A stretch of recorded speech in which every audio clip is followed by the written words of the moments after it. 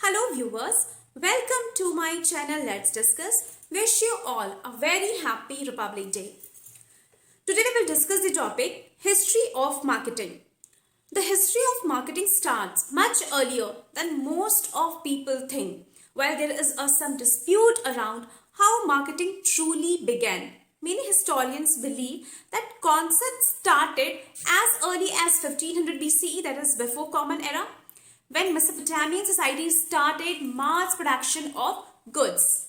So we assume that history of marketing is 1500 BCE and that is called early logo usage. तो इसको early logo usage period क्यों कहा जाता था? जैसा कि मैंने बताया कि जो मेसोपोटामिया की सोसाइटी थी वो मास प्रोडक्शन करना स्टार्ट कर दिए थे और क्वालिटी पे उनका कंट्रोल हुआ.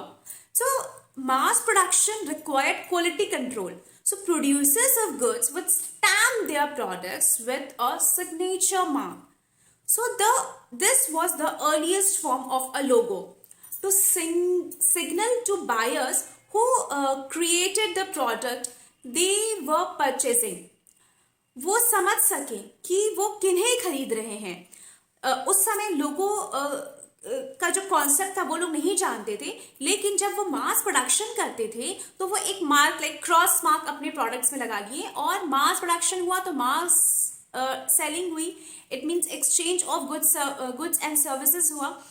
तो उस वक्त प्रॉपर मनी कॉइन्स रुपीज या अलग अलग कंट्रीज में जो भी इसे कहते हैं वो ओरिजिन नहीं हुआ था उस समय.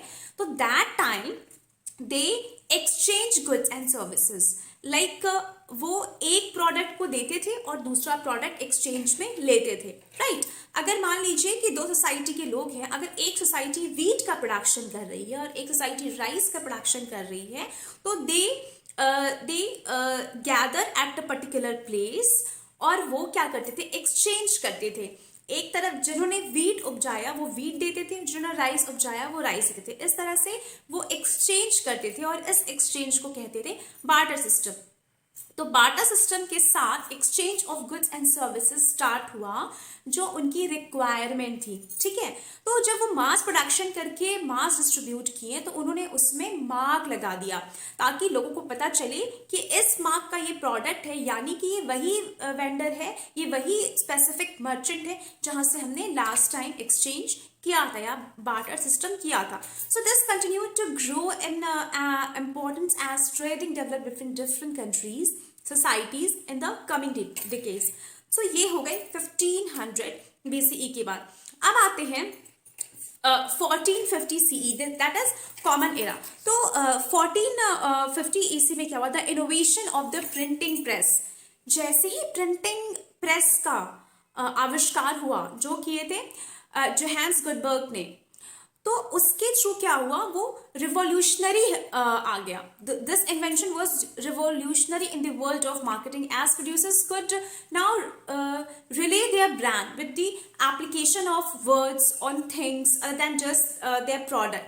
तो वो क्या कर सकते थे, वो लिख सकते थे, वो ऑडियंस लार्जर मास ऑडियंस तक पहुंच सकते थे क्योंकि प्रिंट के थ्रू मल्टीपल कॉपीज निकलना शुरू हो गई थी. तो वो क्या करते थे, बुक्स, पोस्टर्स, पेपर्स, ये सारी चीजों का यूज करके अवेयरनेस क्रिएट कर सकते थे सोसाइटी में. Thus the earliest form of print advertising was born. तो ये कब हुआ, ये 1450 CE में हुआ. तो इसको कौन सा एरा कहते हैं, the invention of the printing press era. So first 1500 CE हुआ ओरिजिन और सेकेंड जो है वो 1450 CE कॉमन एरा के टाइम पे प्रिंटिंग प्रेस का इन्वेंशन हुआ. अगेन 1730s to 90s का जो एरा था उस समय जो मैगजीन्स थे, बिलबोर्ड्स थे, आउटडोर एडवर्टाइजिंग थी. So the introduction of magazine in 1930s came from Englishman named Edward Cave. तो Edward Cave जो थे वो dubbed the word magazine from Arabic word that is magazine. तो अरेबिक में मैगजीन बोलते थे मैगजीन को और उन्होंने उसको ट्रांसलेट किया. तो मैगजीन का मीनिंग क्या होता है, store house. So in order to create mass appeal for this publication, Cave decided to include a variety of readings that he believed the public would enjoy: essays, poems, stories, and political musings. So the idea of printing publication for mass public consumption created a new need for information sharing.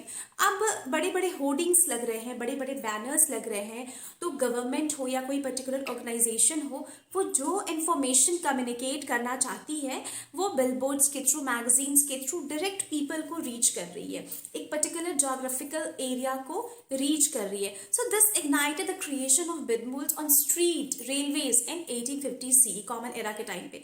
तो 1867 के around जितने भी corporation है, मतलब America में और कई सारी कंट्रीज में, तो ये बहुत ज़्यादा ही अवेयरनेस फैल गया कि how to share information. Government जो चाहती थी अपनी बातें पब्लिक के सामने रख सकती थी. तो वो जो world war first, second, third हुआ उस टाइम पे, मतलब वर्ल्ड वॉर के टाइम पे बेसिकली ये बहुत ही ज़्यादा गवर्नमेंट को सपोर्ट किया, क्योंकि these outdoor advertisements became a large outlet for companies, government, individuals to speak their mind during the world war. और वो बिल्कुल वो ऐसे कोटेशंस और ऐसे जो पोएट, जो राइटर्स के जो थॉट्स थे वो बिल्कुल एनर्जाइज कर देते थे लोगों को. तो ये बहुत ही यूजफुल रहा वर्ल्ड वॉर के टाइम में, राइट. फिर the 1900s era of interruptive marketing started a trend that would last nearly 100 years. तो उस समय फिर ये जो ट्रेंड था मैगजीन्स का और पोएम्स, ऐसे, मतलब information sharing through printing press, through billboards, तो ये धीरे धीरे धीरे धीरे क्या हुआ कि जो बड़ा जोग्राफिकल एरिया था उसको कॉम्पैक्ट कर दिया, यानी कि इंफॉर्मेशन अब मास मीडिया तक आसानी से पहुंच रही. तो ये 100 सालों तक करीब चला. और इस एडवर्टिजमेंट का सबसे बेस्ट एग्जाम्पल है कि आर्मी का जब रिक्रूटमेंट हुआ via Uncle Sam and Rosie the Reverter, they designed this kind of advertisement to encourage women to join the industrial workforce.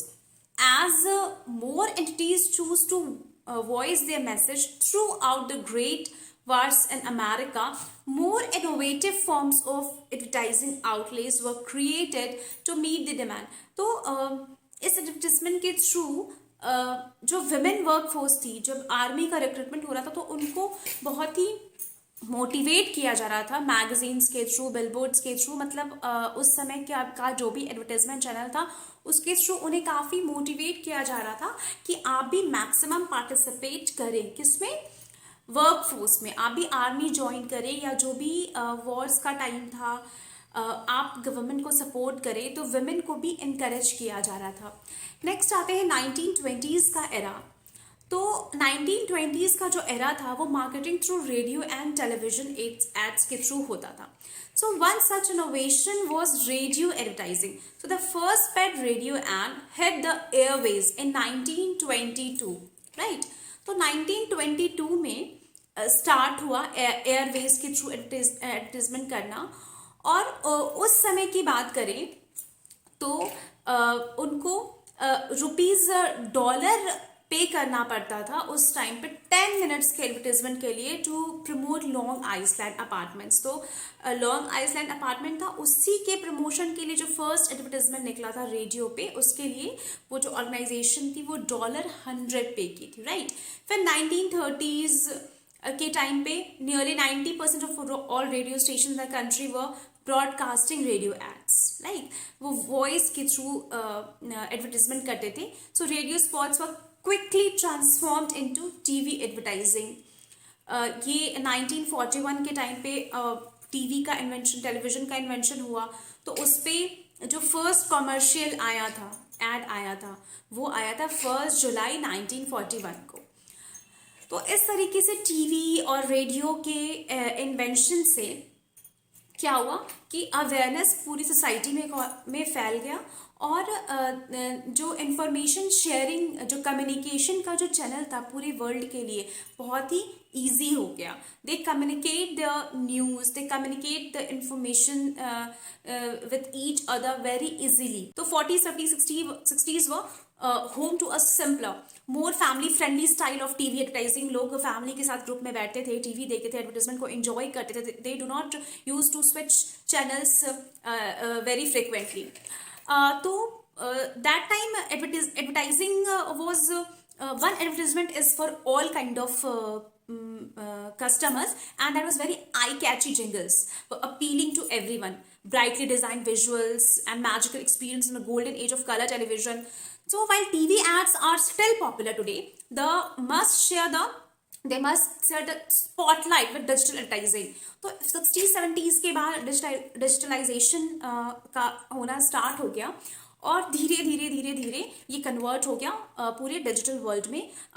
तो 1920s से 60-70s तक ये चला, एंड उसके बाद फिर आता है आपका सुपर कंप्यूटर का. तो 50-60s के बाद the rise of the super computer. 70s में 1970 में usher the world of the magazine super computer. Computers no longer needed to fill an entire room, they could fit on a single office desk. ठीक है. So with computers quickly became a staple in modern society.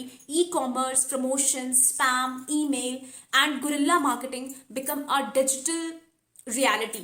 So all of these marketing avenues were key players in the marketing industry until 1995, when the search engines like Yahoo and Google became prominent. So the mass development of websites led search engines to develop technology to filter out. So the mass development of websites led search engines to develop the technology to filter out unwanted information. जो भी unwanted information है हम उसको eliminate कर देते थे, right? So marketing strategies like search engines optimization allowed companies to better understand their customers.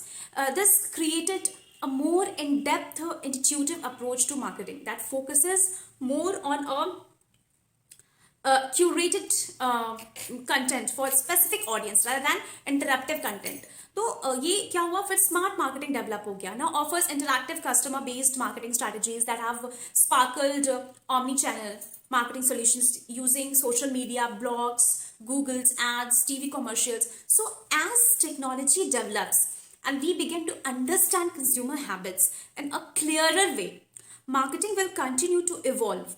So all we can say or creative is that we are excited to see what happens next. तो इस तरीके से हमने देखा कि एक simple barter system से originate हुआ मार्केटिंग का, उसके बाद प्रिंटिंग के थ्रू, मैगजीन, बिलबोर्ड्स के थ्रू, फिर सुपर कंप्यूटर्स के थ्रू, अभी कौन सा एरा है, अभी टोटल डिजिटलाइजेशन हो चुका है, और सारी जो मार्केटिंग है वो ई-कॉमर्स पर बेस्ड है, और सब कुछ ऑनलाइन हो गया. और कोविड में ये टेक्नोलॉजी और ही फास्ट रेट से एनहांस की है. अब ये सिनेरियो है, आप और हम सभी उसको फेस कर रहे हैं कि जो इंस्टीट्यूशंस इतने बड़े बड़े स्कूल्स हैं, कॉलेजेस हैं, उसको आप एक्सेस कर सकते हैं घर से ही. वर्क फ्रॉम होम का कॉन्सेप्ट आ गया, स्टडी फ्रॉम होम का कॉन्सेप्ट आ गया है. तो फुल्ली डिजिटलाइज हो गया है पूरा world with the development of the technology, right? इस तरीके से हम देख सकते हैं कि मार्केटिंग का एवोल्यूशन कैसे हुआ, इसका एक्सपेंशन कैसे हुआ, और कैसे अभी सोसाइटी डेवलपमेंटल स्टेज पे है, कंप्लीटली डिजिटलाइज्ड वर्ल्ड हो गया है. तो इसमें मार्केटिंग को हम कैसे समझेंगे, कैसे जानेंगे? सबसे इम्पोर्टेंट चीज़ है कि मार्केटिंग टर्म का, ये हमने हिस्ट्री आज देख लिया. नेक्स्ट सेशन में हम पढ़ेंगे कि what is the meaning of marketing, exact meaning of marketing. तो आज का लेसन अगर आपको समझ में आया हो सो वेल एंड गुड. अगर नहीं आया तो feel free to ask me any time. Stay tune with me for further videos. Keep smiling, keep learning. Thank you so much.